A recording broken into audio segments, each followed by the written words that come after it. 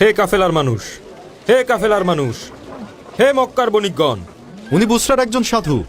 আপনি কি চান আমাদের কাছে? বাবা আপনাদের দাওয়াত দিয়েছেন। আপনার বাবা? কে আপনার বাবা? আমার বাবা হচ্ছেন পাদ্রী বাহিরা। এখানকার সবাই তাকে চেনে। তিনি হলেন ধর্মজ্ঞানের আধার। এখানকার সবাই তাকে সম্মান করে। তিনি আগামীকাল আপনাদের সবাইকে দাওয়াত দিয়েছেন। সবাইকে মধ্যাহ্নভোজের আমন্ত্রণ জানিয়েছেন। আপনারা সবাই আসবেন এমনটাই আশা করছেন উনি। আমন্ত্রণ গ্রহণ করতে উনি জোর করেছেন। শুক্রিয়া, কিন্তু তিনি হঠাৎ এত অনুরোধ করছেন কেন? পাদ্রী বাহিরা আপনাদেরকে দাওয়াতের জন্য অনুরোধ করেছেন, আর বলছেন কেন? আমরা প্রতি বছর এখানে আসি, কিন্তু এই প্রথম তিনি আমাদের দাওয়াত দিচ্ছেন। এমনকি আমরা ওনার আশ্রমের পাশ দিয়েও যাতায়াত করতাম। তিনি কখনো আমাদের দিকে তাকিয়েও দেখেননি। এবছর তিনি কি মনে করে আমাদের ডাকলেন? নিশ্চয়ই পাদ্রী বাহিরা কিছু বলতে চান। ওনার কাছে আমি অবশ্যই যাব। তাহলে ওনাকে কি জানাবো? দয়া করে পাদ্রী বাহিরাকে জানাবেন আমরা আগামীকাল আসব। আমরা তার দাওয়াত গ্রহণ করলাম। দেখবেন কেউ যেন বাদ না পড়ে। ঠিক আছে, আমরা অবশ্যই সেখানে যাব, অবশ্যই যাব। ওনাকে আমাদের তরফ থেকে ধন্যবাদ জানাবেন। কাফেলাদের দেখা কখন পাবো? এখনো আসছে না কেন? তারা এখনই চলে আসবেন আব্বা, একটু ধৈর্য ধরুন। ঈশ্বরকে জিজ্ঞাসা করেছি, তিনি সর্বশক্তিমান। একমাত্র ঈশ্বরই জানেন তাকে আমি কিভাবে খুঁজে পাবো, যাকে কাফেলাদের মধ্যে খুঁজে বেড়াচ্ছি।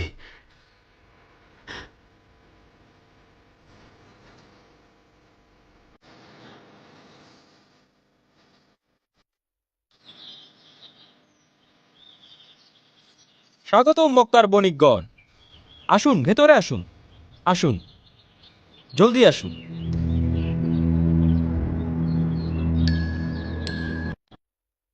আসুন আসুন আসুন আপনারা।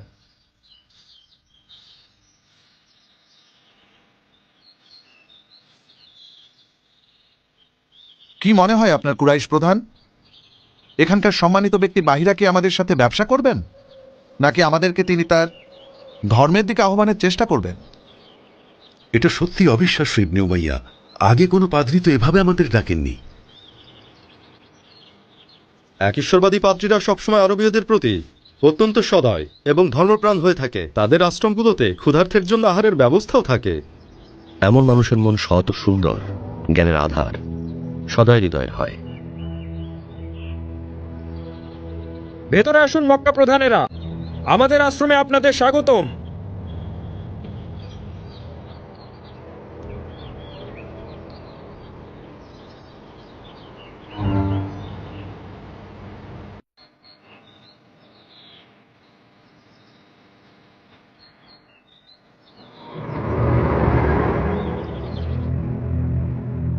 ভেতরে আসুন মক্কার প্রধানেরা, আসন গ্রহণ করুন। আসুন, বসুন। ভেতরে আসুন, আপনাদেরকে স্বাগতম। আপনারা বসুন মক্কা প্রধানেরা। পবিত্র ঘর বাইতুল হারামের মানুষ, আপনারা আশায় আমি ধন্য। আপনি দেখছি আমাদের বাইতুল হারামের সম্পর্কেও ভালো জানেন। কে জানে না জনাব, আমাকে বলুন তো। এমনকি আমি আরবীয়দের সম্পর্কেও জানি, তাদের গোত্র, তাদের ধর্ম সব সম্পর্কে জানি, খুব ভালোভাবেই জানি। আমি নাজরানের শহীদদের সেই গল্পও ভালো জানি। আমি এও জানি আল নওয়াজ ইহুদি রাজাই এই ভয়াবহ ঘটনার জন্য একমাত্র দায়ী। আর আরবীয়রা কখনোই ইহুদিদের ধর্ম গ্রহণ করবে না, আল নওয়াজ আর তার পাদ্রীরা যতই চেষ্টা করুক। আরবীয়রা কখনোই খ্রিস্টান ধর্ম মেনে নেবে না, সম্মানিত পাদ্রী। তোমার পরিচয় কি জনাব? আমি আব্দুল মুত্তালিবের পুত্র, আর তার পিতার নাম ছিল আব্দে মানাফ। মক্কার সবাই আমাকে আবু তালিব নামেই চেনে। তাহলে তুমি মক্কার সেই শাসক, পূর্ব প্রধানের পুত্র।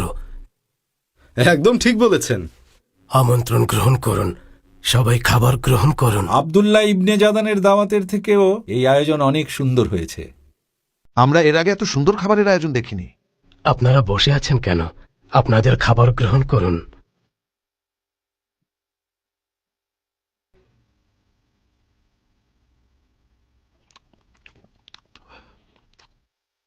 কি তৃপ্তির এই শরবত! ফলগুলোও কিন্তু খেতে অসাধারণ লাগছে ইবনে উমাইয়া। খুব সুস্বাদু আর তৃপ্তিকর খাবার খেলাম, সম্মানিত পাদ্রী বাহিরা। সকল খ্রিস্টানেরা কি একই ধরনের রীতি পালন করে?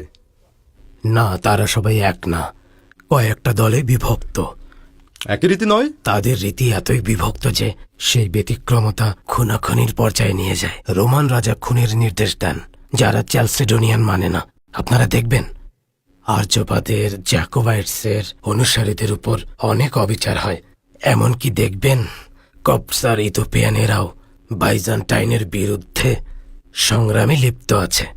এখন আল্লাহর শপথ করে বলুন তো, আপনারা সবাই আমার দাওয়াতে এসেছেন তো? আপনাদের মধ্যে কাউকে এখানে আসার আগে রেখে আসেননি তো? একজন বালক ছাড়া আপনার দেওয়া দাওয়াত গ্রহণ করেনি এমন কেউ নেই। সে আমাদের জিনিসপত্র আর দাসদাসীদের সাথে আছে, এ কারণেই তাকে এখানে আনিনি। একজন বালক? আমি কি বলে দেইনি যেন কেউ আমার দাওয়াতে না আসে, এমন যেন না হয়? যাও সামুন, ওই বালককে এখনই নিয়ে এসো। এখন মনে হচ্ছে মোহাম্মদকে মালামাল দেখাশোনার জন্য বাইরে রেখে আসাটা ঠিক হয়নি। সে একটা ছোট বালক। আমরা বড়দের আড্ডায় আসলে তাকে আনতে চাইনি, সে কারণেই রেখে এসেছিলাম। এখানে তার বাবাকে? আবু তালিব। আপনি কি তার বাবা, জনাব? না জনাব, আসলে আমি তার চাচা। তার পিতামাতা মারা যাবার পর দাদা আব্দুল মুত্তালিব আর তারপর আমি তার দায়িত্ব নেই। আল্লাহ জানেন আমি ওকে কতটা ভালোবাসি। আর তাকে একা রেখে এলেন? তাকে ছাড়া এক মুহূর্ত থাকতে পারি না, আর ঠিক এই কারণেই ওকে আমি সিরিয়া সফরে নিয়ে এসেছি। কিন্তু আমি চাই না আমার ভাইরা জানুক আমি আমার প্রিয় ভাতিজা মোহাম্মদকে নিয়ে এসেছি এই খ্রিস্টানদের গির্জায় দাওয়াত খাওয়ানোর জন্য। তার বয়স কত? তার বাবা কি তার মা মারা যাবার আগেই মারা গেছেন? মোহাম্মদের বয়স এখন 13 বছরের কাছাকাছি। ও যখন ওর মায়ের গর্ভে তখনই ওর বাবা মারা গেছেন, আর ওর মা আমিনা মারা গেছেন যখন ওর বয়স মাত্র 6 বছর। ঈশ্বর, এ কি তাহলে সেই বালক, শেষ জামানার নবী আল মুনামনাকে তার কথাই বাইবেলে উল্লেখ করেছিলেন, নবী ঈসার ভবিষ্যৎবাণী? ও আল্লাহ, আমি কি মৃত্যুর আগে তাকে দেখে যেতে পারবো? কি হয়েছে জনাব? আপনি এই সামান্য বালকটাকে নিয়ে এত প্রশ্ন কেন করছেন? আপনারা তো জানেন এতিম বাচ্চাদের প্রতি পাদ্রীরা দুর্বল। তাহলে আমরা তো খুব খারাপ কাজ করে ফেলেছি। এই, কেউ নিয়ে আসো এই বালককে।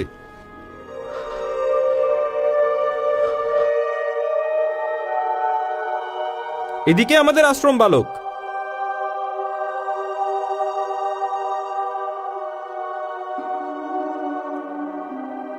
এসো মোহাম্মদ, এসো। এই বালকই তোমার ভাতিজা আবু তালিব? হ্যাঁ, ওই আমাদের পুত্র মুহাম্মদ। মুহাম্মদ? পাদ্রী আমাদেরকে ভুলে বালক মোহাম্মদকে দেখার জন্য এমন অস্থির হয়ে যাচ্ছিল কেন? আপনার চমৎকার আপ্যায়নের জন্য অনেক ধন্যবাদ পাদ্রী। এত তাড়া কিসের? আপনারা খাবার উপভোগ করুন।